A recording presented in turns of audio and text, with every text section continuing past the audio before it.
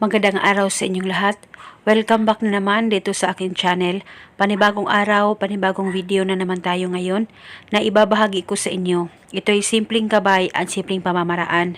At kung bago sa channel ko, ay huwag niyo pong kalimutang mag-subscribe at pindutin ang notification bell para palagi kayong updated sa mga bago kong videos. Gusto mo ba na ikaw ay tatawagan niya instantly pagkatapos mong magawa ang ritual na ito? Lalong-lalo na ngayon na hindi pa rin kayo nag-uusap na dalawa at hindi pa rin siya tumatawag, text o chat sa'yo.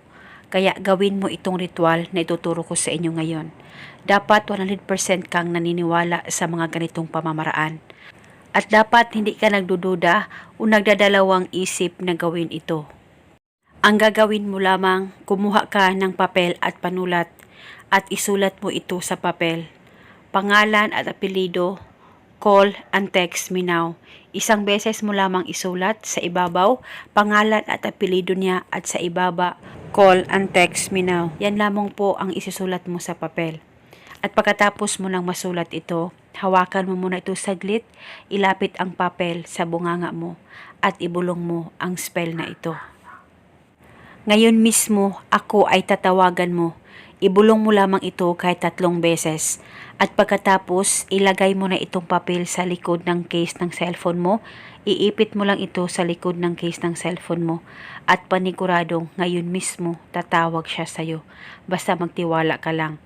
At pagkatapos mong magawa ang ritual, ibaliwala mo lang, huwag mong isipin na ikaw ay gumagawa ng ritual sa kanya.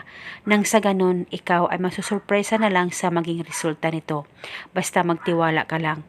At pwedeng gawin itong ritual ngayon mismo sa oras na makita mo ang video na ito.